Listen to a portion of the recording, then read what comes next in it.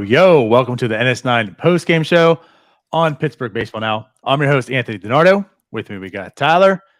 Tyler, 16-3. Kenny Pickett goes off tonight. How about that game? Kenny Pickett looked phenomenal. Let's talk about it. Can we talk about that game? I mean, I was, as this show went live, I was in the middle of arguing with someone that called me a child because I don't like Mason Rudolph. Sue me. I don't like Mason Rudolph. It is what it is. I'd rather watch paint. Well, yeah, exactly. But still, can we talk about my real predicament today? What's the real predicament? So, I've got a brisket. I trimmed it. It's seasoned. It's in my fridge right now. Planning on putting it on after this podcast today. That's my plan all day. It is thunder and lightning now. And it's not letting up. You know, yeah, I did see that radar. Yep.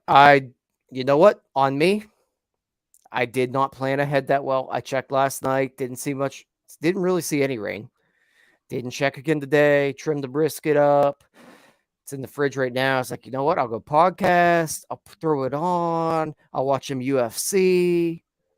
And then I hear sounded like me after a night out of drinking some shitty booze. I mean, important decisions like this, you got to check in with former NS9 meteorologist Craig. Yeah. I mean, come on, man. So now Sunday's done. I mean, what's the plan for Sunday now? So I have a small window here at 2 a.m.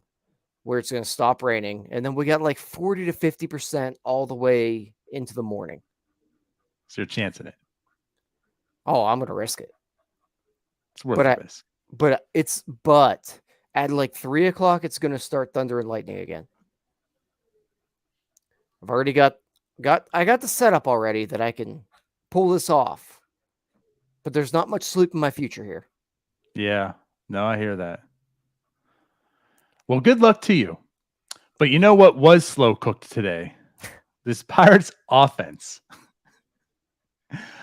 Let's get to the real game. Yes, the Pirates did play today. Unfortunately, we can't talk about the Steelers' victory in the preseason game.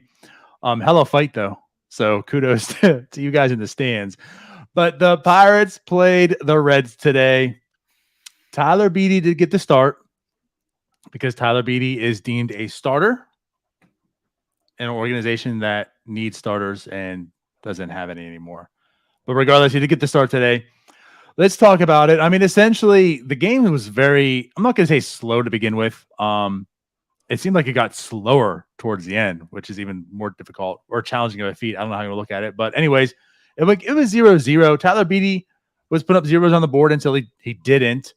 The Pirates faced Justin Dunn today, who was walking everybody. They couldn't capitalize on it. And again, like this scoring broke out, right? We saw Tyler Beede in the fourth inning. He was getting some hits, but he kind of has a little implosion there. And then, of course, at the end, Eric Stout had his big implosion, 7 straight singles, which just sealed the deal. That was death by paper cuts. My goodness. I just wanted it to end. Stop the count. Let's move forward. We understand it's an L. And we've been on for 5 minutes for a 7 o'clock game. And think about the people that were waiting for Sky Blast to happen. Like, the only reason at this baseball game to watch the Pirates and the Reds play in 2022 is because there's free fireworks after the game. Yeah. And it was going rather quickly. I mean, a lot of these games lately have been going pretty quickly. We've talked about that. Yeah. Tonight was not the case. Sure wasn't. That was a long one. I mean, imagine thinking it's the 8th inning. You're about to get out of this. It's not. I'm sorry. It's the 9th inning. You're about to get out of this. Watch fireworks, and that thing took like an hour. Yeah. So to go back to the original point with the whole Tyler Beede thing, really my big issue, I think, with Tyler Beede is that he is a pitcher that has 3 different fastballs that none of them are any good, and he has 1 breaking ball. You can't get away with it. Combine those fastballs, figure something out for yourself, but you can't have a cutter, four seam, and a sinker that none of them work, and then just a curveball you never throw in a changeup that's your second most used pitch, which it's fine, but you have 3 fastballs that don't play off each other because you can't locate. There's limited movement. You're not going to be a good pitcher. I don't know what it's going to. I don't understand how this guy was a first rounder, to be honest with you. There is nothing there that shows it other than the great is extreme. The good velocity he has, off speed stuff is not good. This guy's not a starter, and really he shouldn't be a reliever either. He has nothing. Until he can find something that can work, like maybe you turn that cutter into a slider or do something different, you are a hodgepodge of nothingness. All 7 of your pitches that are all fastballs are a hodgepodge of nothingness. Yeah. Well, it wasn't pretty. And you're right. And I mean, he was getting literally 0 swing and misses, 3 on the entire day, 2 from the 4-seamer, 1 from the changeup. So 65 pitches he threw, just 3 swing and misses. That's bad. 17 balls in play. Yeah, I mean, to kind of go down 4 innings pitched. No, well, yes and no. I'll say this. Like, it wasn't weak, but he didn't give up like a ton of hard hit. I'll put it that way. I think I counted maybe 4, like 95 miles an hour or higher, which it's not like it's egregious. I mean, it's not what you want to see in 4 innings pitched either, but it wasn't egregious in that sense. But at any rate, yeah, 4 innings pitched, 6 hits. He got that home run, of course, that walk, 2 strikeouts. I guess it's about what you expect from a Tyler Beede start. Yeah, he stinks. There's no other way to put it. He stinks. And this team stinks. Yeah. Yeah. I mean, I don't know how many more times I don't want to keep coming on here and making this a self-loathing podcast where I just talk about how bad this team stinks. But There are no positives right now. There is no light at the end of this tunnel. It was an 11-1 game. How many outcomes of positivity are you really presenting here right now? It is what it is. And unfortunately, there's just too many of these games that happen opposed to nights like last night when it was actually pretty interesting. It was a Bryce Wilson start too. I was prepared to have this type of a post game. And fortunately, I didn't have to. But then tonight comes, and here's the thing too. Again, like we just talked about, like they had Justin Dunn. Now, first off, he's not that good of a pitcher. Second off, he also wasn't that good of a pitcher today. I mean, he could not locate either. I mean, everything was way outside. And I feel like, I mean, Cruz had another bad at bat. It was mixed today, but what I'll say is he had it full count. He had it full count at first. He left him off the hook. I mean, Dunn did what he did. It was outside. It was his breaking ball that didn't break. It just hung outside. Cruz swung at it. Should have been ball 4. Like I said, like that one he let it get away. But I mean, he walked. He had 4 walks in 5 innings, and especially that inning, I feel like he had a hit, back-to-back walks, bases were loaded at some point. It's just like, I mean, he wasn't looking good at all today, and the Pirates offense just could not capitalize on it. So I think that's the big thing to look at, because just going forward at this point, unless it's Roansy, hopefully Mitch Keller, if we see him pitch some more, or JT Brubaker, and that's even shaky, you really just want to see something out of that offense. Yeah. Because those are the guys that are probably going to be around a little bit. Like the Tyler Beede starts. I'll sit here and bitch all day about it, but he's not part of the rotation going forward. Seeing an Oneil Cruz struggle, a Marcano struggle, that's what starts to hurt a little bit. Yeah, I can understand that. It's unfortunate that we have to go through the Tyler Beede starts right now. Yeah. But that's not the biggest pain, like you're saying, because that's eventually that's going to cease. There will be a time where the acceleration is pushed. But you are right. And we've talked about this, throughout the season too, just with the rookies and prospects coming up. I mean, it would be nice to see them really starting to produce. Yeah. I would just like to see one of these damn prospects come up and hit immediately. Just one time. Yeah, like literally every Braves one right now. Yeah, like one time. Can the Pirates just have a prospect come up and play well? Right. Well, I guess if you want to go that route, I mean, just touch on Cruz. He'd have 2 walks today. One was a nice walk. The other one, I just felt, I mean, he went up there and didn't swing the bat at all. Did not. Not at all. And they were good pitches to hit. There was one especially. I mean, it was 3-0 count right away. Yeah, but the 3-1 pitch was middle. No, the 3-2 pitch was 3-2. He took a strike. Well, no, my bad. Yeah. The 3-0. It was 3-0, right? The fourth pitch looked like it was a 2-seamer inside, right on the corner, and I could see not swinging that one. It was the next pitch that was the 3-1 pitch was middle. Yes, it was middle. That was should have been in the river. So let me ask you something, because I was thinking about this on the 3-0 count. The way Cruz has been struggling, and again, this is before the pitch happened. The pitch was questionable, but with it being a 3-0 count at that point in time, were you giving Cruz the green light? Oh, I'm giving the green light every time. Okay. Mainly because we got to see him more aggressive.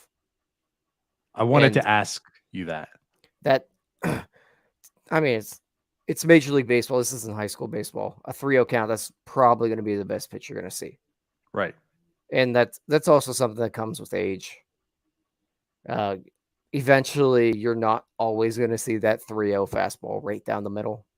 But you really just want to see him start hunting those spots where he can. I don't want to watch Oneil Cruz go up there and not swing at 6 pitches. Ideally, no, but I do prefer him on base than back into the dugout. I'd agree, but no, I'm with you. So it's 3-0, and here I am thinking like, okay, he swings at some awful pitches. Yeah. Maybe just let him get on base. But that was the back line, because really what I'm thinking of, it's 3-0. This is prime Oneil Cruz spot. This is going yard. Please do it. And then again, that pitch was right on the border. You know what? You took that. I'm good. Happy. Now it's 3-1. Same thing. And man, I'm telling you, like just like you said, that was right in the middle of the plate. And I'm like, dear God, I wish you would have swung. I understand he got on base. He did eventually walk. But man, he should have swung at that pitch. Yeah. I mean, we knew it coming into the Oneil Cruz experience. It's going to be frustrating. Yeah, of course. I don't know that we thought it would be frustrating in this aspect, where I think we thought he'd just be a like free swinging hacker. We're not seeing that. We're seeing just some bad approaches. Yeah. And not in the way we thought. Right. Like it is. Once he gets into trouble, then he becomes the free swinging hacker. Right.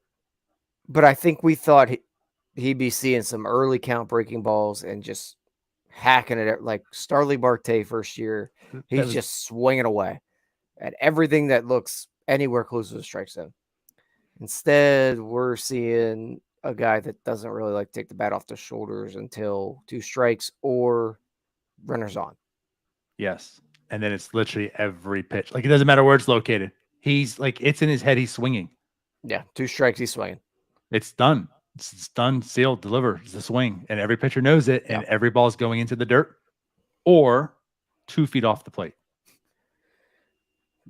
But like I said, we knew it was going to be frustrating. Mm-hmm. There's a lot of young guys like him that struggle early on. if we get through next year and we're in the same boat, I might be a little concerned. More than a little, but yeah. I think that's a good point just to bring up at this point. We're not going to dive too deep into this, but like neither of us are anywhere near the panic button on Oneil Cruz as far as a prospect. Like, let's also put that in perspective. He's definitely struggling. We understand that. You brought up, I did talk about it a little bit more last night. I was like, listen, I'm still not ready to have that conversation. I'm really not ready to say it, but I think we are entering the point now where either side has a conversation of Cruz being sent down. I think there's some validity to it. Like, you can have the conversation now. I think we're at that point in time where you can discuss it, and he's showing it. Also, another throwing error tonight. yeah. By the way, is not good at first base. right, and that's it. And as I called out on Twitter for that, like two things can be true. It was an error. Cruz has had 3 so far this week, pretty bad throws, but also you can like this organization needs to find a competent first baseman next year. Yeah, like you can't have Bly Madris and Josh Van Meter and Pavlov or whatever, and then you know what I mean. Like Michael Chavis can't be your only and one solution for first base next year. You have to do something fundamentally as an organization to have someone who actually knows how to play the position. So again, 2 things can be true. Cruz does need to improve the throws, and we've known that part coming in. His glove is fantastic. Throws need to improve, but there has to be a first baseman there. Yeah, honestly, it's from what I've seen, it's all footwork with him. His footwork's atrocious at short. Yeah. It's very fixable, but he's also 6'7" playing shortstop. And it just also comes back to the fact that this team doesn't know how to develop a damn thing. Right. So, okay, getting back to the pitching side of this. So we talked about Tyler Beede. I just feel like we got to talk about it every single time. And like, you just seem more perplexed. But tonight was actually a really good outing by him too. But Chase DeYoung, 2 more scoreless innings, 4 strikeouts, 1 walk, no hits. I mean, Chase DeYoung, I understand, like, again, today he had 4 strikeouts, but doesn't strike out a ton of guys, doesn't miss a lot of bats. You know, he's one of those guys where, like, you look at the numbers, then you look at the underlying numbers, and you're like, this shouldn't really be it. But he's been doing it all year. Yeah, I think a lot of it is lately we've been seeing him throw a lot of strikes. He's not really walking guys. And when you don't walk guys, you don't get in that much trouble, even if you get beat around a little bit. And he's been doing a good job of it. The FIP's not great, but the expected ERA is not bad. I think coming into the day, 386. So, Yeah. like, as a long reliever, that's a good guy to have. And I've trashed him before. Oh, yeah, certainly. I've trashed most of this bullpen. Mostly deserve it. But Chase DeYoung has done a lot of good this year. He really has. So I'm looking here. He's only had 1 outing where he's allowed even more than 1 walk. And it was recent, though, too. It was against Baltimore on the 6th. But yeah, I mean, ultimately, again, 3.3 walks per 9 isn't like outstanding by means, especially when you're striking out less than 7 per 9 and such. You know, that was one of the things. But you're right. Like, he is limiting walks. It's kind of like what I was talking about Bryce Wilson last night. Like, Bryce Wilson's not good of a pitcher either, but what he's really doing right now, he's just literally not walking a person. So when he gives up that home run, it's a solo shot, you know, or a 2. Like, yesterday he gave up 2 home runs, and there's only 3 earned he got in the day. And much like Chase DeYoung, that's a good point. I mean, he's not walking outside that 1 outing on this 6th against Baltimore. He's really not walking a ton of guys, especially lately. The strikeouts are picking up a little bit. I will give him that. But yeah, like he's consistently doing it. I mean, he's actually been a very vital part for this team, if that helps anything. But he's helping them survive the year. She sure is. I mean, he's really found his niche, though. I think, like, for his role in this team. Yeah, it's going to be fleeting because we know how relievers go, especially long relievers. But he's been very important for the state that the Pirates are in, and especially now with the rotation woes. Yeah, right. But yeah, so, like, again, big, huge credit to Chase DeYoung just coming in and It's not as if like he had to protect some important lead or anything, but like he did his job. 2 innings. I feel bad. It's almost just like a tip of the cap to Chase DeYoung. Sorry, bud, you're not going to be here anytime near this team is good. Thank you for helping us survive the really dark years. Yeah, that's true. But then that was about it. I mean, I guess your Ramirez also did 2 innings today, 2 strikeouts, a hit, scoreless. He hasn't looked good at all. No. Today. He did the job. Sure, he's a guy. He is a guy. You know who else is a guy? Not a good guy. Stout came in then, as we talked earlier. He does come in 0.1 innings. Tyler, you got 1 out. 6 straight hits, 5 earned runs. Yeah. That 1 out was the strikeout. 2, by the way, so it was a strikeout to Friedel, who went into the river earlier today in this game. Put that out there. I thought I went to, first off, I just want to say, I thought I went to the river on a fly. It did not. It did hit the sidewalk, but I'm telling you, like, it had to be like a foot away from the river. But yeah, he crushed one off Tyler Beede. But that was Stout's only out, the first guy up to the plate, and then he allowed 6 straight hits. Yeah, Stout's been, I mean, he's been okay this year. He's nothing to write home about.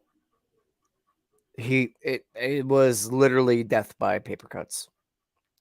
They got St. Louis Cardinals to death. Oh God, yeah. That's it right there. And then it sucks too, because like looking at all like expected batting averages, like every single one of them was like supposed to be a hit. And it's not as if all of them were like really. He had 101 mile an hour. After that, everything was less than 95. I mean, 2 of them were under 9. 3 of them were under 90. 76, 83, 81. Like it wasn't like he was getting hit outside the 101.5 with Donovan Solano of all people. Like it wasn't like he was getting pounded either. It just, like you said, like the Cardinals, perfect situation. Just bloop, bloop, bloop, bloop, bloop. Yep. I'm just looking around my little podcasting studio here. I have a lot of beer cans up here. I should probably clean these up. You should send me some, by the way, too. I've got 1, 2, 3, 4, 5, 6, 7, 8, 9, 10. I got 11. Oh, it's a late night. No, these are from the last like 2 episodes. Please, that's tonight. We know you better than that, Tyler. No, those are downstairs. Oh, okay. All right, whatever. I took trash out earlier, so a good bit of them are in the trash can. CC, gotcha. All right, so basically that's the pitching side of this. As far as the bats, again, there pretty much wasn't any. We talked about how the Pirates had 6 walks today. Oh, I'm sorry. No, I take that back. That was premature. They had 8 total walks today on the day. Only 4 hits. 2 of them coming from Rodolfo Castro, which his first hit was at first deemed an error. He hit it right off of Dunn. His speed came into play, got on first base. They then changed it to a hit. So we had 2 hits on the day, a walk. Castro, like, he's playing well.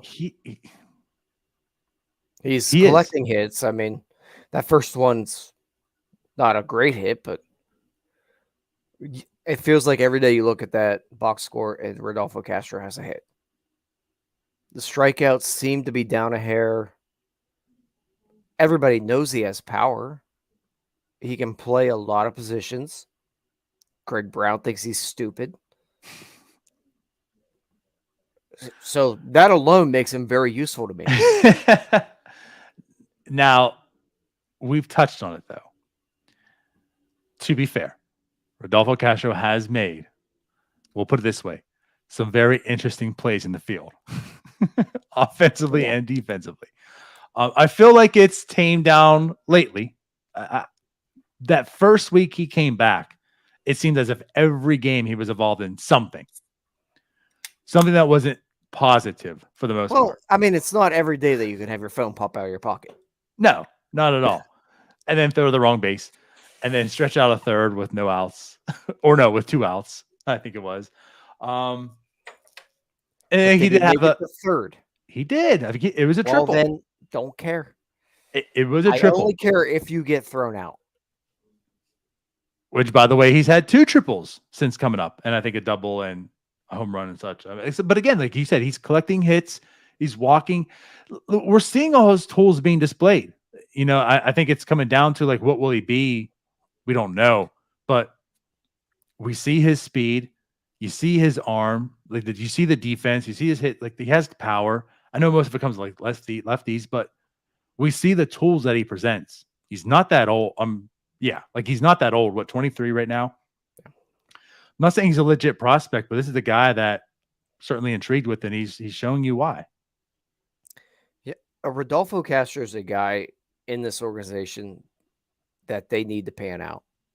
A guy like him that's not on that top prospect list, because there are way too many guys with warts in that top 10 list, and they need some of these guys too. And they have a lot of them. We've talked about the depth that, I know he's not a Sherrington guy, but we talked about the depth that Sherrington has acquired. And a lot of those guys are guys like him. So they need a Rodolfo Castro or someone like that, a Jack Sawinski, someone like that. They need them to be competent major leaguers. And I think we've talked about it quite a bit that Rodolfo's probably a utility guy. I think maybe an Odor type at second base if you really want to play him every day. It's not great, but he's got pop. He's going to strike out, and you might get a little bit of fun times out of him. Maybe punch someone. I don't know. Pops has a phone fly out of his pocket. I mean, he's on that track. Yeah, but definitely have some fun times. That's for sure. I think he's at least hopefully a competent, like, major league utility player that's more intriguing than a Josh Van Meter, because Josh Van Meter has nothing to add. At least Rodolfo Castro can play defense and has some power in his bat, even if he can't really hit that well. And right now he's showing that, like, he's kind of grown in that part of the game. He's over 700 OPS right now. He's still young. There's stuff to work with there. Yeah, you're not lying there. You're not lying. And that's the thing. Like, he's certainly showing intrigue this, his latest stint up here. So again, like, another good outing, another good day for him today. He's the only one with 2 hits, and he had half the hits for the Pirates. Yeah. Which that says a lot for today's game. The only other hits came from Arcano, which I think he led off the game with a hit, right? The double. Steelers are on. Sorry. And then Ben Gamble had a hit. Steelers that was it. That was it. Those are your hits for the game. It was awful. And again, they had eight walks today, but pretty much half of those came because their starting pitcher was pretty incompetent as well. Pretty bad. It was just a bad day for the Pirates all around. I'm very excited to just take a deep dive into this season after the year, where we don't just have to keep to the game. Yeah. We're going to have fun. This offseason is going to be fun. We have some things in store. We're going to bitch a lot. They know that. Just be prepared. All right. Well, honestly, here's the thing. We talk about how we've 30, 35 minutes every night, right? It's only been 28. I feel like we've hit that wall. This is a bad game. Hits. Like, what else is there to talk about? There's not much more to talk about. And we're tired of talking about the same thing over and over again. So we're going to stop. Unless there is anything else you do want to bring up. No, like, they had 4 hits. They gave up 11 runs or 10 runs. What do you want to talk about? Yes. Pirates had 4 hits. The Reds had 14 hits. Albeit, the Pirates only had 4 less base runners than them. So there's that.